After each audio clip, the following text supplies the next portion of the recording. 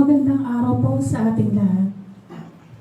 Isama po natin sa ating mga panalangin ang mga nagsipaghandog ng kanilang pamisa sa araw na ito. Misa pasasalamat nina Molino family, Dina Basco and family, Makatangayan Mercado family, Dinlasan and Madera family, Lescano and Carilla family, Cesar Mata and family, Batralo family, Jobel, Jeric, and James Cabasag birthday, Veren Cherry Rivera and family, Marita Palanca and family, Marie Charis Rivera, Rizal Mosquera and family, Rosa Nyongka and family, Carriedo family, Tangara family, Valencia family, Dory Magat birthday. Para sa special mention nina Mark Joseph Molino, Dr. Vicky Alvarez, Engineer Pap Moscoso, Dr. Isabelita Samaniego, Benjamin Cruz, Eloisa Mosquera. Para sa kaluluwa nina Juanito, Benita, Benjamin, Virgilio, Lerma Dinlasan, Pablito, Matthew, Eusebio, Alejandro, Felipe, Consuelo Abustan, Lourdes Rivera, Michael Silimen, Eustacio Carilla, Nicomedes Gormatis Sr., Benjamin Teves Sr., Serapio Carilla, Remedios Carilla, Paula Panaligan, Simeon Lescano Sr., Pedro Lescano, Porcesa Ramos, Sofronio Itutod, Juanita Itutod, Cynthia Itutod, Lucia and Sixta Rivera, Florentino and Iluminada Hueco, Rachel Katindig, Lolita Cruz, Crescente Cruz, Sinfruso, Leonila, Joseph, Angelo Aris de la Cruz, Bienvenido Carriedo, Nestor Sarmiento, Pacifico Toledana, Roberto Valencia, at sa mga kaluluwa sa purgatorio, lalong-lalo na ang mga walang nakakalala. Atin pong ipinagdiriwang ang 3 linggo ng Pasko ng Pagkabuhay.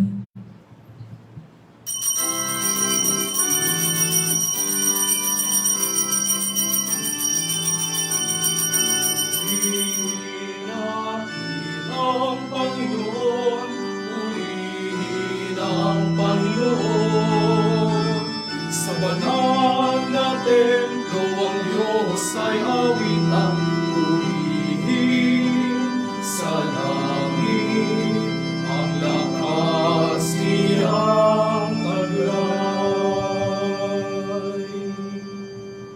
Sa ngalan ng Ama at ng Anak at ng Espiritu Santo, Amen. ang pagpapala ng ating Panginoong Jesucristo, ang pag-ibig ng Diyos Ama at ang pakikipagkaisa ng Espiritu Santo naway sumainyong lahat.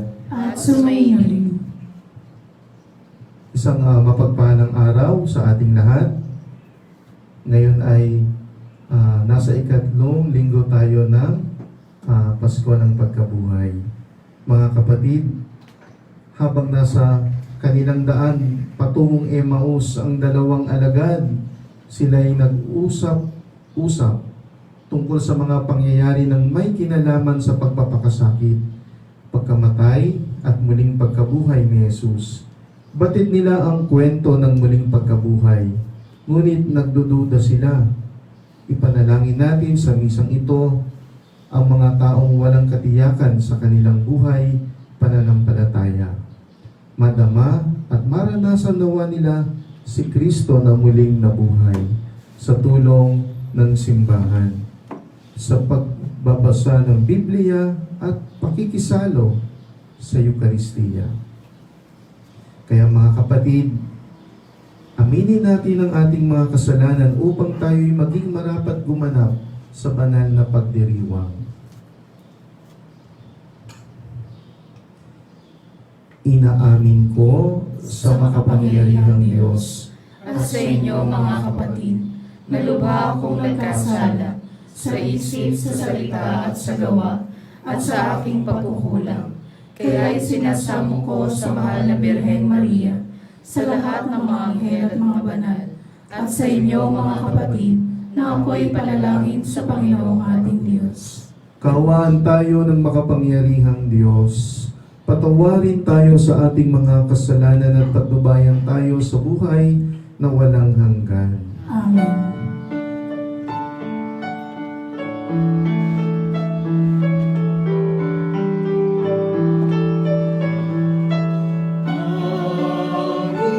Panginoon, kaawaan mo kami. Panginoon, kaawaan mo kami. Kristo, kaawaan mo kami. Kristo, kaawaan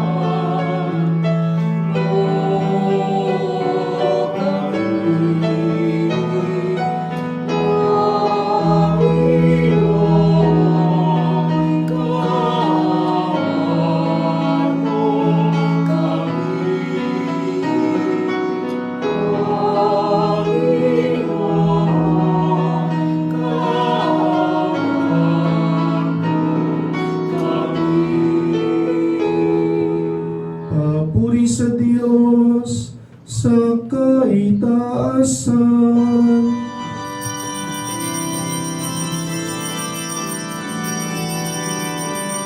Papuri sa Diyos, papuri sa Diyos, papuri sa Diyos sa kaitaasan.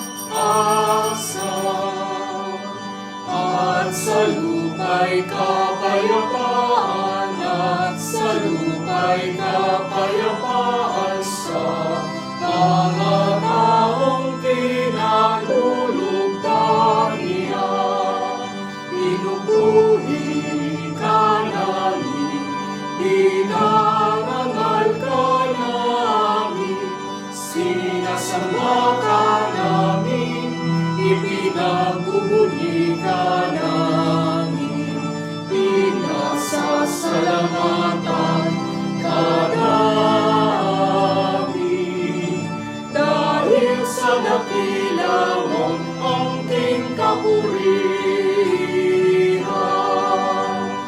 Panginoong Diyos, Hari ng langit, Diyos amang makapangyarihan sa lahat, Panginoong Jesucristo, bugtong na anak, Panginoong Diyos, Kordero ng Diyos, anak ng Ama, papuri sa Diyos, papuri sa Diyos, papuri sa Diyos sa kaitaasan.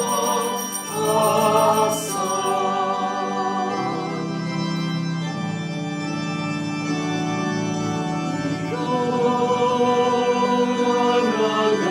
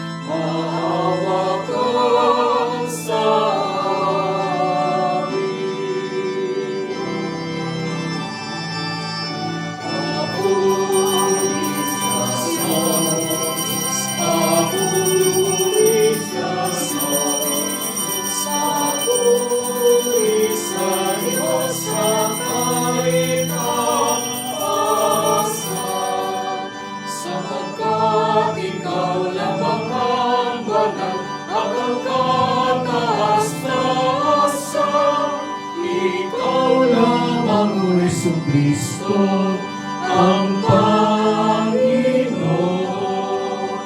kasama ng Espiritu Santo sa kadakilaan ng Diyos Amahin, ng Diyos Amahin.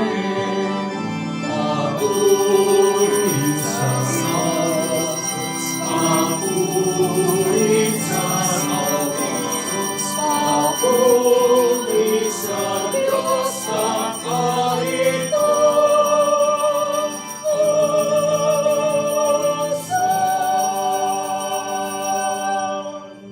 Manalangin tayo. Ama naming makapangyarihan, na ginawang magalak ang iyong sambayanan sa pagkakaroon ng bagong kalooban upang sa kadakilang dulot ng pag-anib sa iyong angkan, ang araw ng pagkabuhay ay maging pag-asa sa pagdiriwang sa pamamagitan ng Jesucristo kasama ng Espiritu Santo magpasawalang hanggan.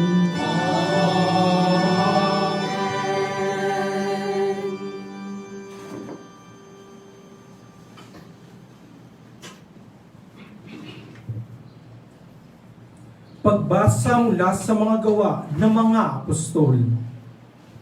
Noong araw ng Pentecostes, tumayo si Pedro at ang 11 apostol at nagsalita siya ng malakas. Mga kababayan at mga naninirahan sa Jerusalem, pakinggan ninyong mabuti ang aking sasabihin. Mga Israelita, pakinggan ninyo ito. Si Jesus na taga Nazaret ay sinugo ng Diyos. Pinatutunayan ito ng mga himala, mga kababalaghan, at mga tandang ginawa ng Diyos sa pamamagitan niya. Alam ninyo ito sapagkat lahat ay naganap sa gitna ninyo. Ngunit ang taong ito ay ibinigay sa inyo ayon sa pasya at pagkakaalam ng Diyos sa mula't mula pa, ay ipinapako ninyo at ipinapatay sa mga makasalanan. Subalit siya'y muling binuhay ng Diyos at pinalaya sa kapangyarihan ng kamatayan. Hindi ito maaaring mamayani sa kanya, gaya ng sinabi ni David. Nakita ko na laging nasa tabi ko ang Panginoon. Siya'y kasama ko kaya't hindi ako matitigati. Dahil dito, nagalak ang puso ko at umawit sa tuwa ang aking dila, at ang katawan ko'y nahihimlay na may pag-asa. Sapagkat ang kaluluwa ko'y hindi mo pababayaan sa daigdig ng mga patay, at hindi mo itutulot na mabulok ang iyong banal. Itinuro mo sa akin ang mga landasing patungo sa buhay. Dahil sa ikaw ang kasama ko, ako'y mapupuspos ng kagalakan. Mga kapatid, masasabi ko sa inyo ng tiyakan na ang patriarkang si David ay namatay at inilibing. Naririto ang kanyang libingan hanggang ngayon. Siya ay propeta at nalalaman niya ang pangako sa kanya ng Diyos, na magiging haring tulad niya ang isa sa kanyang mga inapo. Ang muling pagkabuhay ng Mesiyas ang nakita at hinulaan ni David ng kanyang sabihin. Hindi siya pinabayaan sa daigdig ng mga patay, at hindi itinulot na mabulok ang kanyang katawan. Itong si Jesus ay muling binuhay ng Diyos, at saksi kaming lahat sa bagay na ito. Nang itaas siya sa kanan ng Diyos, tinanggap niya sa kanyang Ama ang ipinangakong Espiritu Santo, at ito'y kanyang ipinagkaloob sa amin, tulad ng inyong nakikita at naririnig ngayon. Ang salita ng Diyos. Salamat sa Diyos.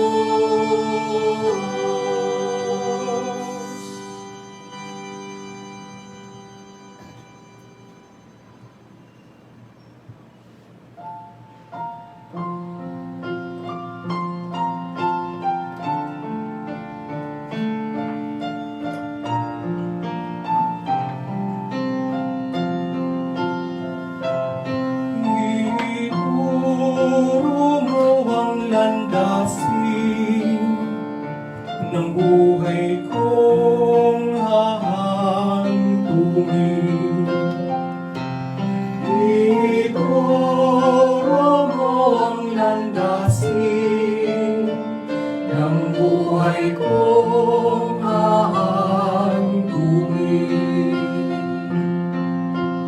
O Diyos, ako'y ingatan mo, ingatan ang iyong lingkod. Ang hangad ko'y maligtas, kaya sa'yo dumudulog. Ika'y aking Panginoon, ng wika ko sa aking Diyos. Kabutihang tinanggap ko, ikaw ang nagkaloob. Ikaw lamang Panginoon ng lahat sa aking buhay. Ako'y iyong tinutugon sa lahat kong kailangan. Ituro mo ang landasin ng buhay kong hahandungin. Pinupuri ko ang buon na sa akin ay patnubay. Kahit gabi diwan niyang sa akin umaakay. Nababatid ko na siya'y kasama ko oras-oras. Sa piling niya kailanmay di ako matitinag.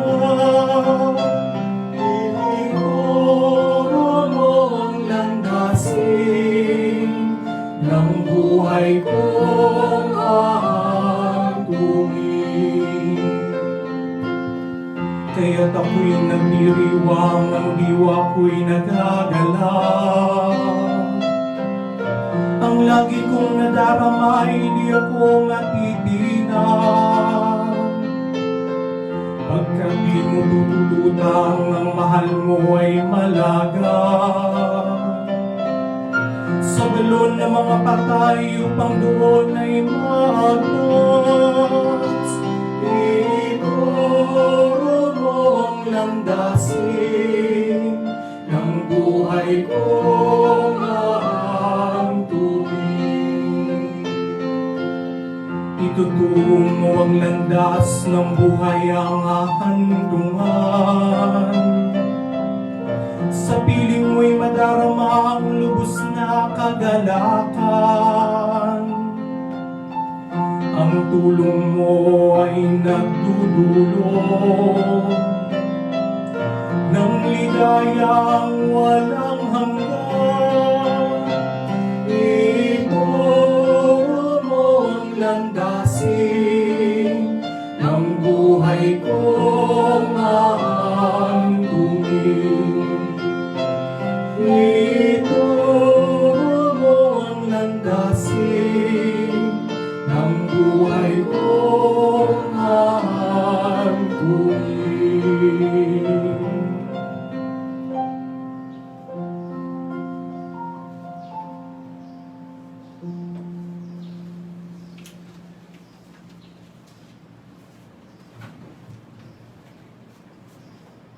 Pagbasa mula sa unang sulat ni Apostol San Pedro.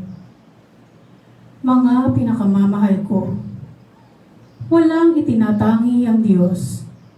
Pinahahalagahan niya ang bawat isa ayon sa mga ginawa nito. At yamang tinatawag ninyo siyang Ama, igalang ninyo siya habang kayo'y nabubuhay.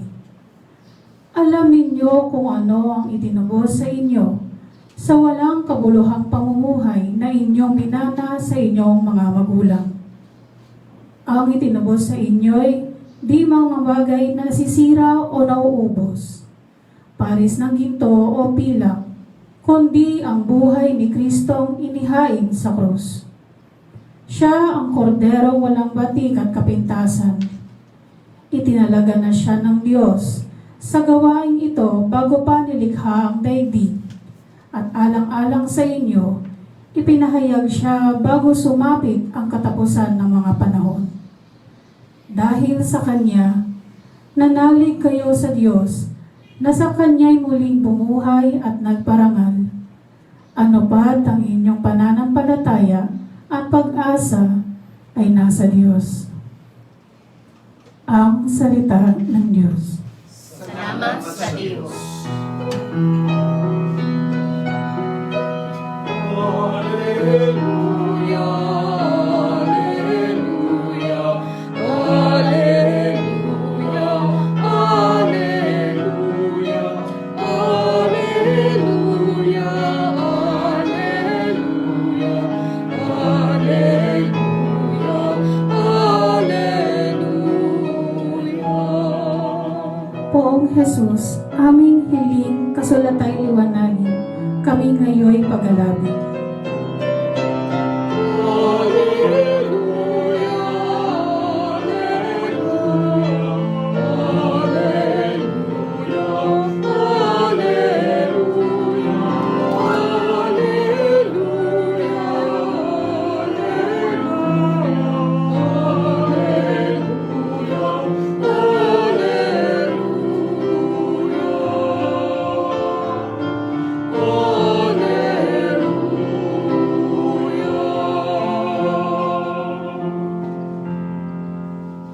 Sumainyo ang Panginoon. At sumairin. Ang mabuting balita ng Panginoon ayon kay San Lucas.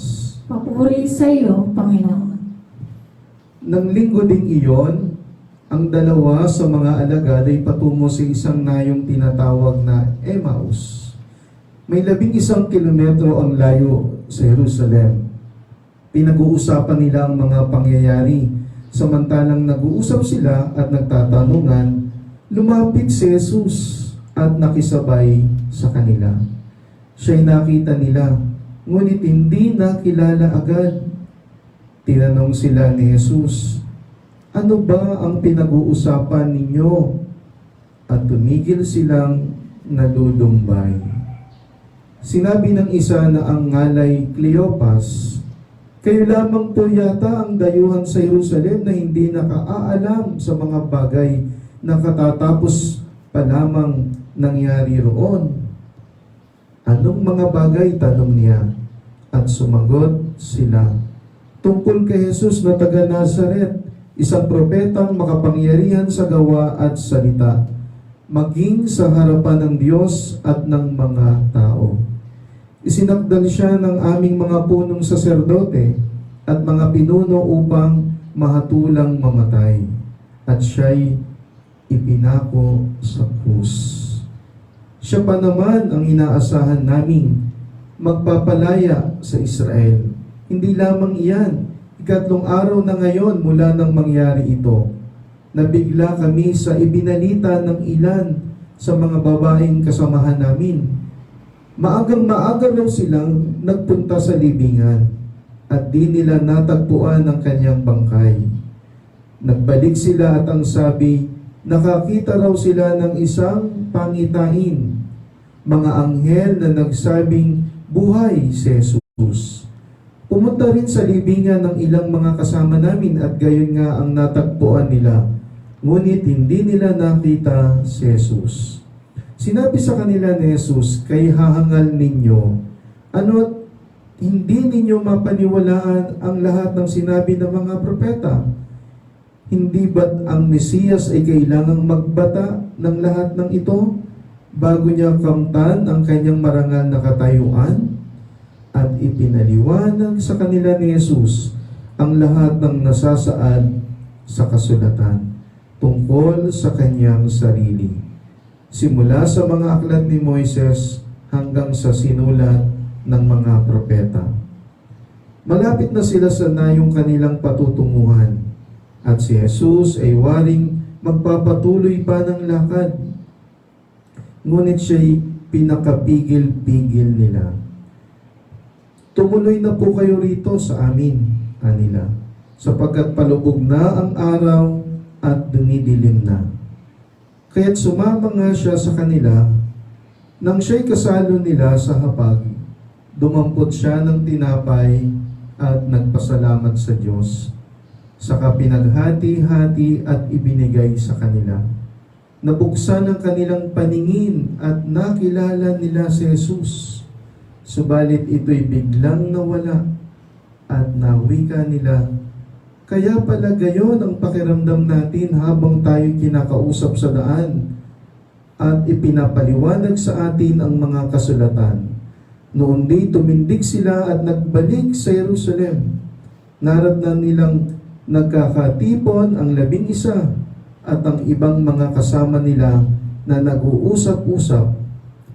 Muli ngang nabuhay ang Panginoon.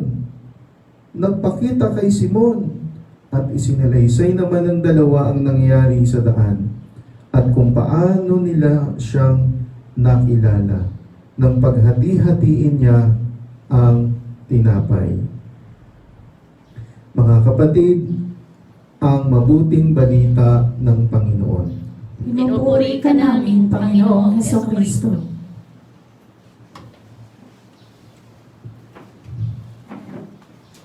Maligayang Pasko ng pagkabuhay ng Panginoon sa ating lahat. Huwag po natin kakalimutan, Pasko pa rin po ng pagkabuhay ngayon dahil nasa ikatlong linggo pa rin pa lamang tayo ng pagkabuhay. Bago yan, no, gusto ko ikwento sa inyo yung minsan na ikwento ko na ito. Ito yung minsan kami ay pumasyal sa ibang bansa kasama yung aking kaibigan. Ako ay maswerteng nakasama niya sa pamamasyal sa Thailand. Kami ay pumunta sa mga pasyalan. Naalala ko yung karera ng mga baboy. Nakakita na ba kayo ng karera ng mga baboy? At mas nakakatuwa dahil mga biig na baboy. Huwag niyo akong titigan, ha? Hindi na ako kumukhang biig. Baka kakatahin na, no? Kaya, dahil medyo tumataba kahit panahon ng quarantine. So, naalala ko yung kwento na yon o naalala ko yung karanasan namin yun kasi nakita namin mayroong karera ng mga biig, no? Kung may ibang mga palabas, no? Halimbawa yung mga leon, yung mga tigre, napatpat kami doon sa karera ng mga baboy. Nung nakaredy na yung mga magkakarera, no, na baboy, no? Sumenyas na yung naka-assign doon na guard, no? Nung bumilang na siya, 1, 2, 3, karera yung mga baboy, no? Mabilis. Palpakan yung mga tao. Ang tutulin, ano? May maya-maya, biglang merong 2 baboy na bumalik. Bumalik, no?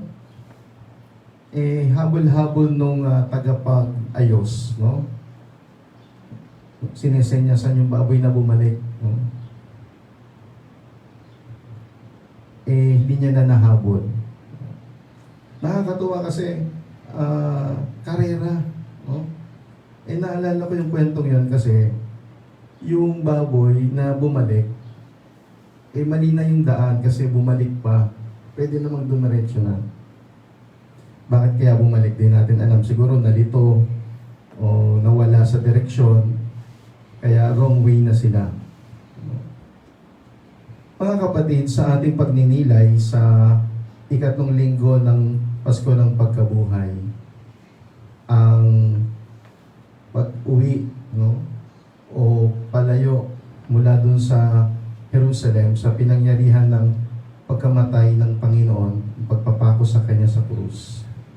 Ng mga alagad, no, yung 2 alagad nagpapunta dun sa daan ng Emmaus. Pauwi sila, malungkot, no. Mukhang iba yung daan nila, daan ng kalungkutan, daan ng pagkalumbay, no, daan ng pagkabigo. Yun ang kanilang damdamin, yun ang kanilang saloobin. Ang nakakalungkot dito at nakakapagtaka, sabi dito sa Ebanghelyo, batid na nila na si Jesus pagkatapos ng ikatlong araw ay muli nang nabuhay dahil binalita na ng mga ibang alagad. Binalita na ng mga kababaihan nilang kasamahan. Sa madaling salita, hindi pa nila yon tanggap, hindi pa nila yon nauunawaan. Kaya malungkot silang lumayo. Mali ang daan ng pauwi sa Emmaus. Yung damdamin ng pagkabigo, pagkalungkot, pagkalumbay. Ayun, frustration. No? Yun yung damdamin nila.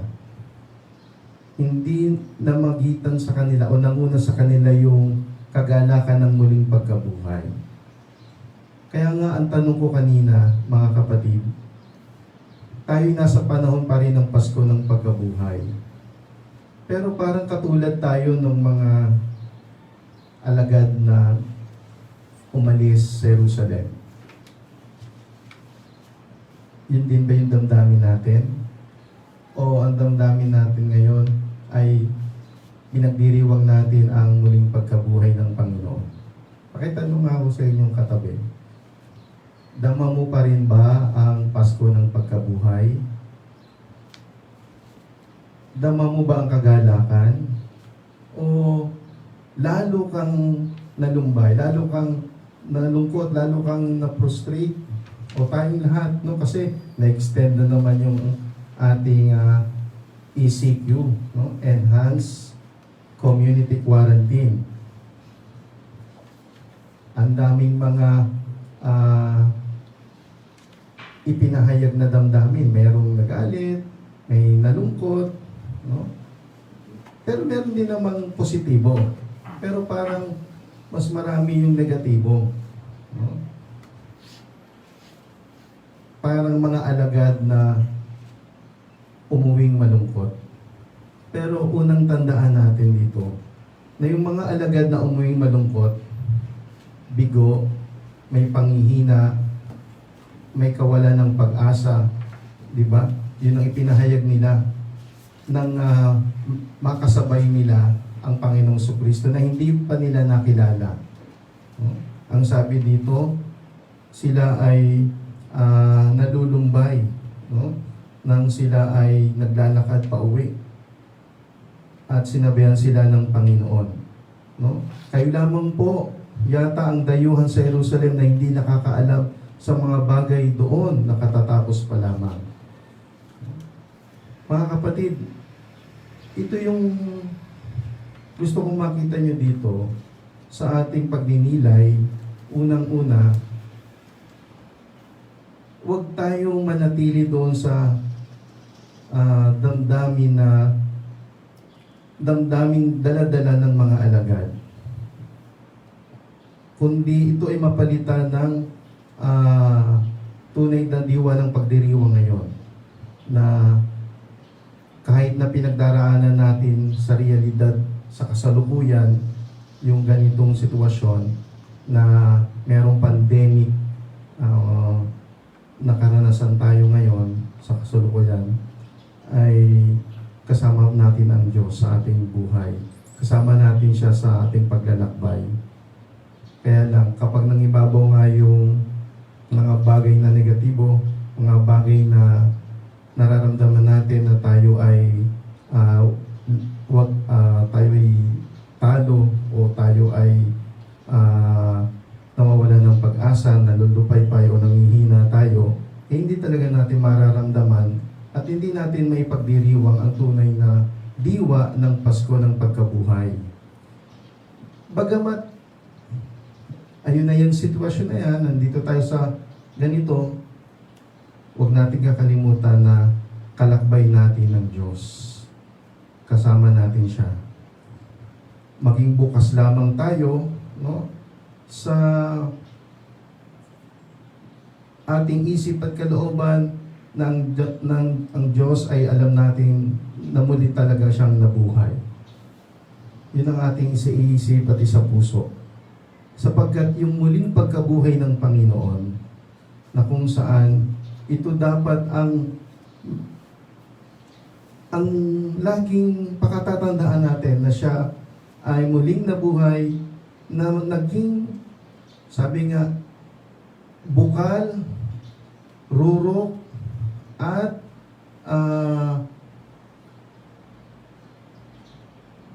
pinakapundasyon ng ating pananampalataya.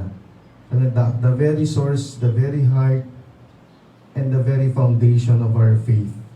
Kung hindi nakaugnay sa muling pagkabuhay ng Panginoon, o kung hindi nga muling nabuhay ang Panginoon, walang saysay yung ating pananampalataya sa Panginoon. Mawawalan ito ng kahulugan. Everything will lead to vain and to a meaningless religion or Christianity. Mawawalan ng saysay. Kaya mga kapatid, sinamahan ng Panginoon ang dalawang alagad na malungkot, na nawalan ng pag-asa at nagdududa kahit nabatid na nila, no? Na alam na nila na si Jesus ang Panginoon na muling nabuhay. Nanatili pa rin sa kanila yung pag-aalinlangan, o nanatili pa rin sa kanila yung kawalan ng pag-asa. Kaya sa paglalakbay, sinamahan ng Panginoon at pinaliwanag yung buong pangyayari, yung buong kwento ng misteryo ng pagpapakasakit, pagkamatay at muling pagkabuhay ng Panginoon doon sa Jerusalem. At nung samahan ng Panginoon hanggang doon sa hapagkainan, nang kinuha na ni Jesus ang tinapay, pinagpasalamat sa Diyos Ama, pinaghati-hati at ibinahagi sa kanila. Nabuksan ang kanilang isipan. Ang Panginoon yun. Kaya pala ganun ang kanilang pakaramdam. At doon, ang sabi dito sa Ebanghelyo, sila'y tumindig, no? At nagbalik sa Jerusalem. Doon sa kwento ko kanina, yung kwento ng karera ng mga baboy, hinabol nung tagapagbantay, yung tagapag-ayos, yung namamahala doon sa palaro, doon sa palabas. At tinaboy uli yung dalawang baboy. At yung dalawang baboy bumalik at lumaban uli ng karera. Mga kapatid, gusto kong makita nyo dito yung paradigm shift na nangyari. Ano yung paradigm ng dalawang alagad at paradigm din nating lahat kapag may pinagdadaanan tayong mga pagsubok sa buhay. Ano yung paradigm natin? Tayo ay hopeless, tayo ay frustrated, tayo ay malungkot, nagrereklamo. Lahat ng yon ay nagkaroon ng shift, no? Into a faithful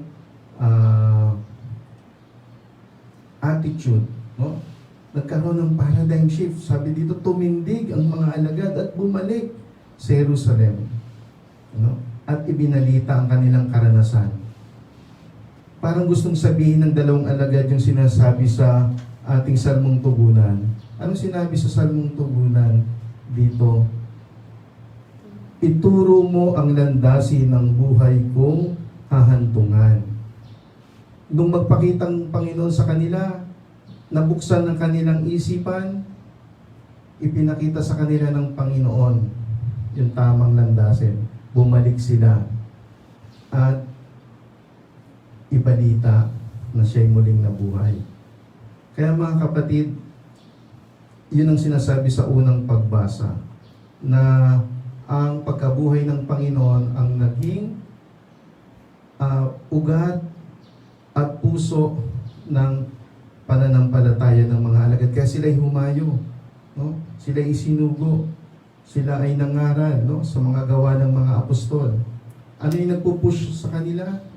Na sa kabila ng lahat ng pagdadaanan nila, na si Jesus ay muling nabuhay. Ganun din sa ikalawang pagbasa, no? Sa sulat ni, sabi dito, sa ikalawang pagbasa, yung mula sa unang sulat ni Apostol San Pedro, na kailangan hindi mawalan ng loob o lakas ng loob.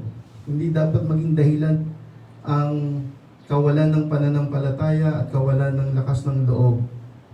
Dapat maging matatag dahil si Kristo'y muling nabuhay. Yun ang ating pinanghahawakan. At gayon din sa ating pangkasalukuyang buhay ngayon.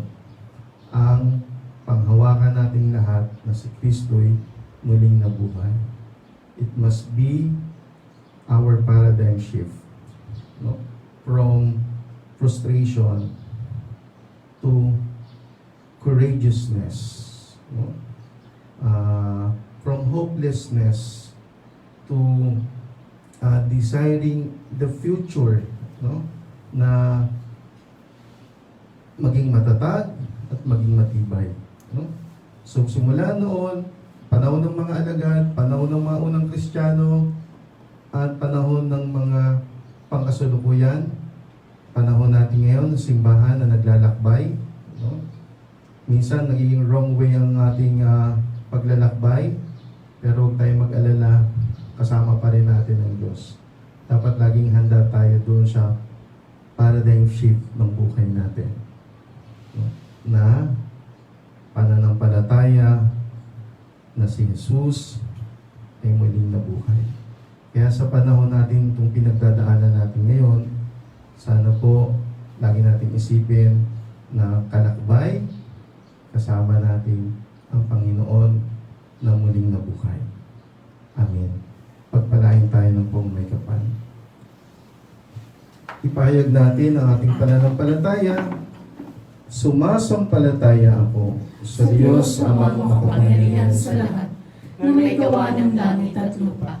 Sumasampalataya ako kay Jesucristo, iisang anak ng Diyos, Panginoon nating lahat. Nagkatawang tao siya lalang ng Espiritu Santo, pinanganak ni Santa Maria Birhen, pinagpakasakit ni Poncio Pilato, ipinako sa krus na matay nililig, nanawag sa kinaroonan ng mga yumaw, nang may ikatlong araw na buhay na muli, umakyat sa langit, naluluklok sa kanan ng Diyos ang mga makapangyarihan sa lahat. Doon nagmumula paririto at hukom sa nangabuhay ng namatay na tao. Sumasampalataya naman ako sa Diyos Espiritu Santo, sa banal na simbahang Katolika, sa kasamahan ng mga banal, sa kapatawaran ng mga kasalanan, sa pagkabuhay na muli ng namatay na tao, at sa buhay na walang hanggan. Amen. Dumulog tayo sa ating Amang gagawin ang lahat para sa kapakanan ng kaniyang mga anak. Sa bawat panalangin ng ating itutugon, Ama namin, dinggin mo kami. Ama namin, dinggin mo kami. Ama, alalayan mo ang simbahan at ang mga namamahala sa aming pamayanan upang huwag silang mapagod sa pagsilbi sa mga dukha, mga inuusig at mga isinasantabi sa aming pamayanan. Manalangin tayo. Ama namin, dinggin mo kami. Ama, gabayan mo ang mga nahaharap sa mga krisis sa buhay at mga nabibigatan dulot ng pagdududa at pagkatakot. Manalangin tayo. Ama namin, dinggin mo kami. Ama, makita ka nawa namin sa banal na kasulatan at sambahin ka sa Eucharistia, sapagkat ikaw ay napapasa amin upang paglingasin ang aming mga puso. Manalangin tayo. Ama namin, dinggin mo kami. Ama, patuloyin mo sa iyong kaharian ang mga yumao naming kapatid. Manalangin tayo. Ama namin, dinggin mo kami. Sa katahimikan ng ating puso, itaas natin sa Panginoon ang ating mga personal na intensyon at hilingin natin sa Panginoon na bigyan niya talaga tayo ng lakas ng loob at alisin ang panghihina ng ating sarili, ng ating kalooban. Bigyan niya tayo ng katatagan upang malampasan ang mga pagsubok na ating pinagdadaanan sa kasalukuyang panahon. Manalangin tayo sa Panginoon. Ama namin, dinggin mo kami. Ama, sa pamamagitan ng aming mga kahilingan, maging matatag nawa kami sa aming paglalakbay tungo sa iyo. Hinihiling namin ito sa pamamagitan ni Kristong aming Panginoon. Amen.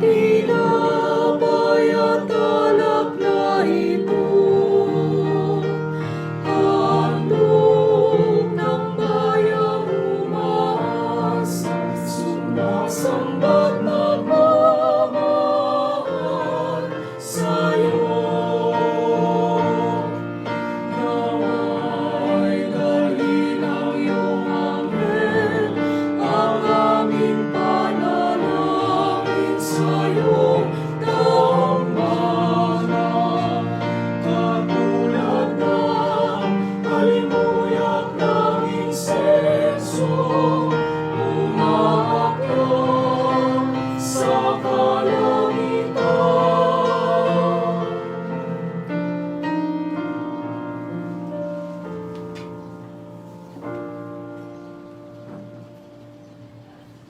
Manalangin kayo mga kapatid upang itong ating paghahain ay kalugdan ng Diyos amang makapangyarihan. Tanggapin nawa ng Panginoon itong paghahain sa iyong mga kamay, sa kapurihan niya at karangalan sa ating kapakinabangan at sa buong sambayan ng iyong banal. Ama naming lumikha, tanggapin mo ang mga alay ng iyong sambayan ng natutuwa.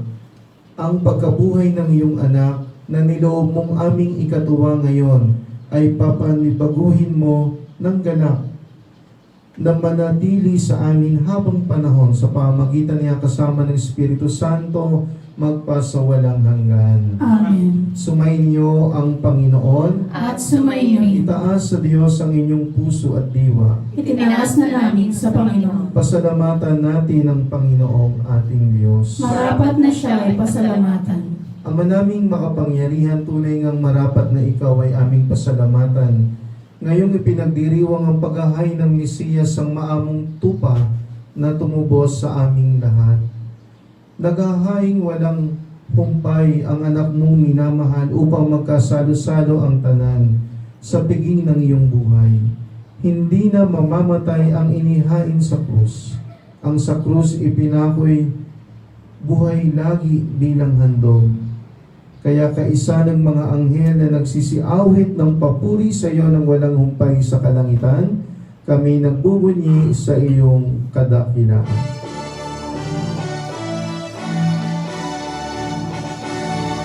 Banal ka po, may kapal. Banal ang iyong pangalan. Banal ang iyong kaharian. Langit at lupa'y nagbubuhay sa iyong kadakilaan.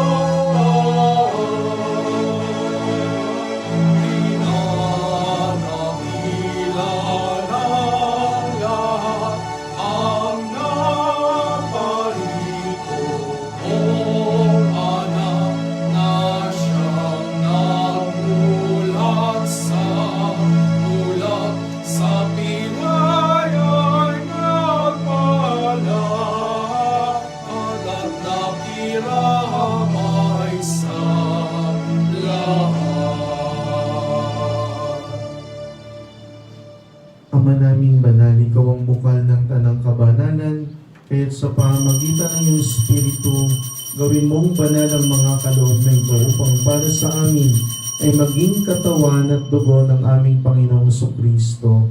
Bago niya pinagtiisan kusang loob na maging handog, hinawakan niya ang tinapay, pinasalamatan kaniya, pinaghati-hati niya iyon, iniabot sa kaniyang mga alagad at sinabi, tanggapin ninyong lahat ito at kanin.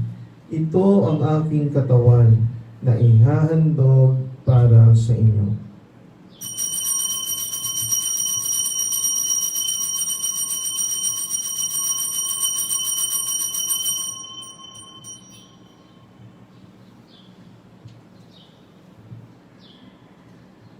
Gayun din naman nang matapos ang hapunan, hinawakan niya ang kalis. Muli kaniyang pinasalamatan. Iniabot niya ang kalis sa kaniyang mga alagad at sinabi, tanggapin ninyong lahat ito at inumin. Ito ang kalis ng aking dugo ng bago at walang hanggang tipan. Ang aking dugo na ibubuhos para sa inyo at para sa lahat sa kapagpapatawad ng mga kasalanan. Gawin ninyo ito sa pag-alaala sa akin.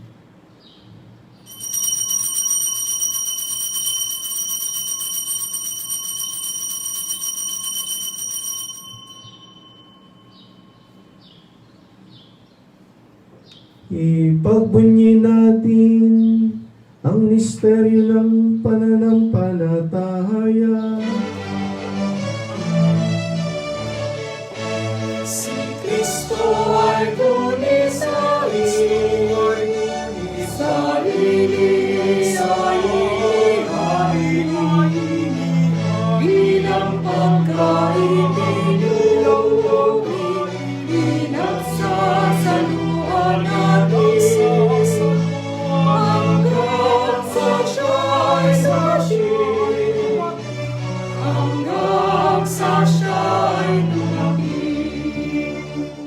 Ama, ginagawa namin ngayon ang pag-alala sa pagkamatay at muling pagkabuhay ng iyong anak, kaya't inaalay namin sa iyo ang tinapay na nagbibigay buhay at ang kalis na nagkakaloob ng kaligtasan. Kami ay nagpapasalamat dahil kami ay iyong minarapat na tumayo sa harap mo para maglingkod sa iyo. Isinasamo namin kaming magsasalo-salo sa katawan at dugo ni Kristo ay mabuklod sa pagkakaisa sa pamagitan ng Espiritu Santo. Ama, lingapin mo ang iyong simbahang laganap sa buong daigdig. Puspusin mo kami sa pag-ibig kaysa ni Francisco na aming Santo Papa at ni Bonaventura na aming Obispo at ng Tanang Kaparian. Alalahanin mo rin ang mga kapatid naming nahinlay na may pag-asang sila'y muling mabubuhay, gayon din ang lahat ng mga pumanaw. Alalahanin natin ang mahanap sa buhay na pumanaw.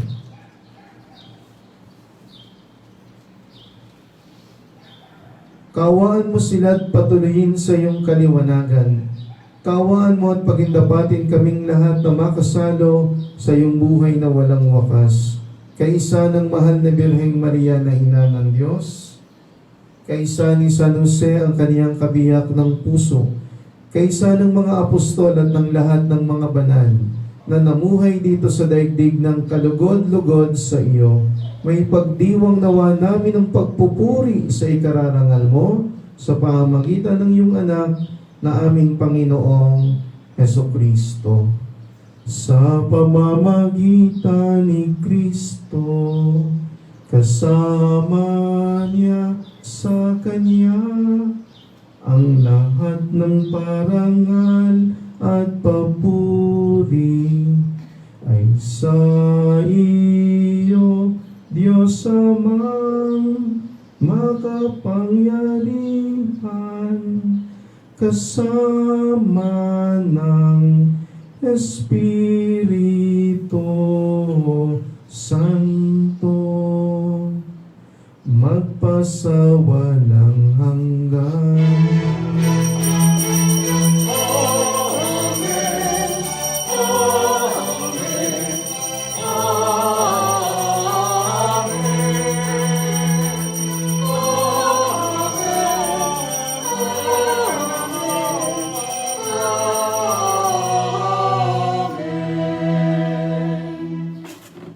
Bilang mga anak ng Diyos, sama-sama tayong umawit ng may kaganakan sa puso ang panalangin itinuro niya sa atin, ang Ama namin.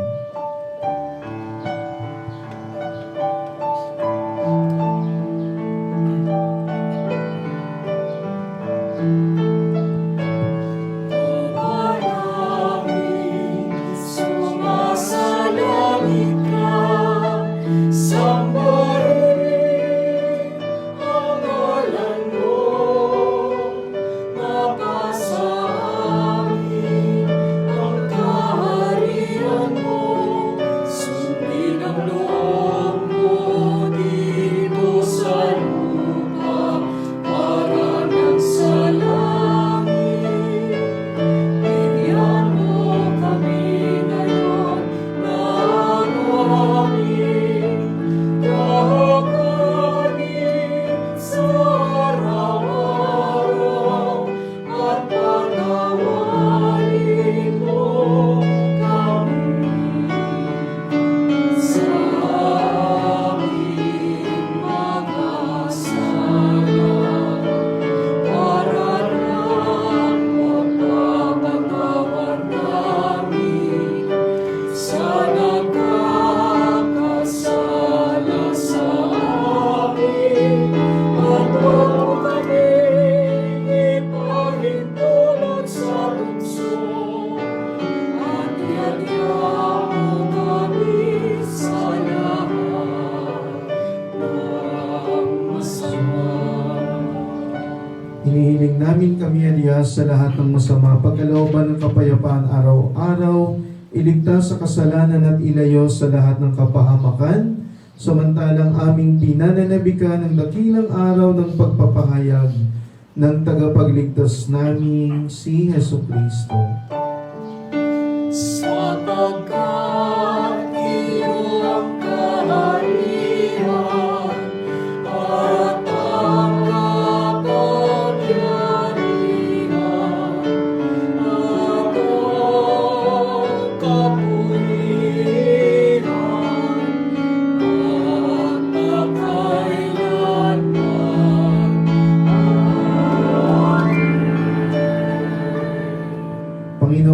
Kristo, sinabi mo sa iyong mga apostol, kapayapaan ang iniiwan ko sa inyo, ang aking kapayapaan ang binibigay ko sa inyo.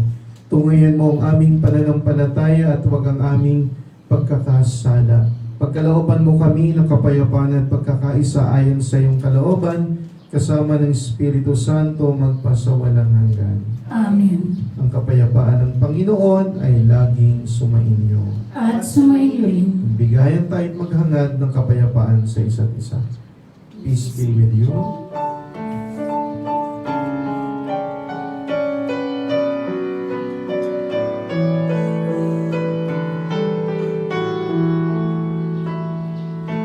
Kordero ng Diyos na nagalis ng mga kasalanan ng sanlibutan.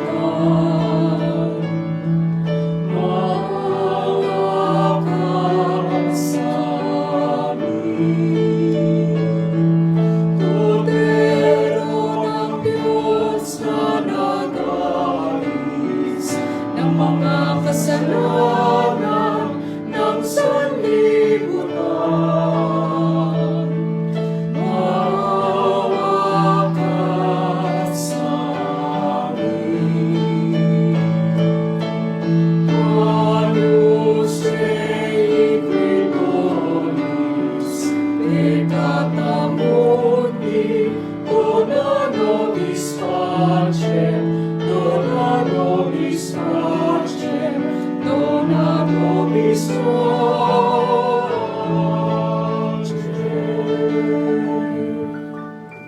Mga kapatid, ito ang Panginoong Jesucristo, ang kordero ng Diyos. Ito siyang nag-aalis ng ating mga kasalanan.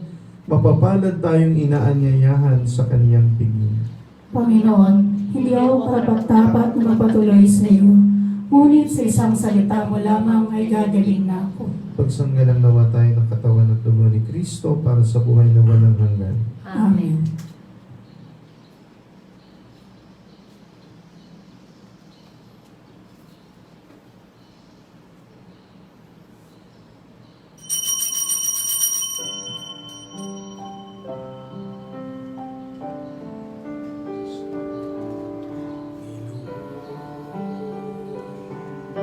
Lahat ng takot sa iyong damdamin,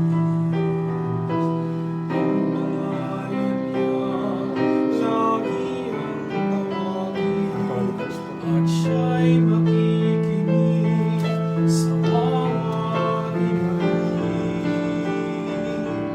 Ang isip at mamulat sa kanyang kapangyarihan. Nababati mo ba na siya'y naglalaan, patuloy na naghahati ng tunay na kalayaan? Manali ka, tuyuin ang luha sa mga mata. Hindi siya panaginip, hindi siya isang pangarap, siya'y buhay, manali ka.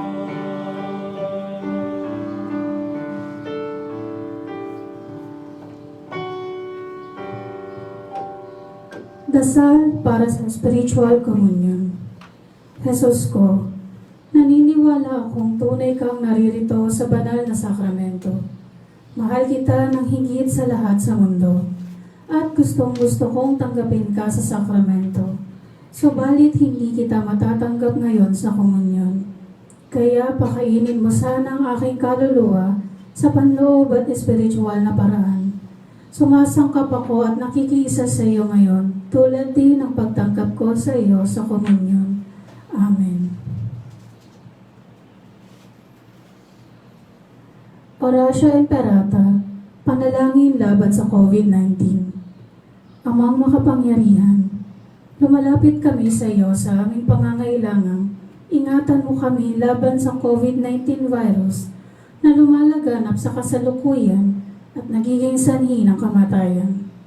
Tulungan mo ang mga nagsisipag-aral sa kalikasan at pinagmumulan ng virus na ito at kung paano masusugpo ang paglaganap ng sakit na dulot nito. Gabayan mo ang mga kamay at isipan ng mga eksperto sa medisina na mapaglingkuran nila na may puso at kakayahan ng mga may karamdaman at sa mga sangay ng pamahalaan at mga pribadong ahensya na makatagpo ng lunas at solusyon sa salot na ito. Isinasamo namin ang mga dinapuan ng sakit na ito ay mabalik sa kalusugan sa madaling panahon. Kumilos nawa kami sa ikabubuti ng lahat at matulungan ang lahat ng nangangailangan. Hinihiling namin ito sa pamamagitan ni Hesukristo, kasama ng Espiritu Santo, magpasawalang hanggan. Amen. Maria, takbuhan ng mga Kristiyano. Panalangin mo kami. San Rafael Arcangel, Panalangin mo kami. San Roque, Panalangin mo kami. San Lorenzo Ruiz, Panalangin mo kami. San Pedro Calungsod, Panalangin mo kami. San Miguel Arcangel, Panalangin mo kami. San Pablo Unang Ermitanyo, Panalangin mo kami. Manalangin tayo. Ama naming mapagmahal, tungayan mo't lingapin ang iyong sambayanan, na minarapat mong makinabang sa piging na pang magpakailanman. Ipagkaloob mong kami malwalating makarating sa pagkabuhay na magtatampok sa aming iyong piling. Sa pamamagitan ni Jesucristo, kasama ng Espiritu Santo, magpasawalang hanggan.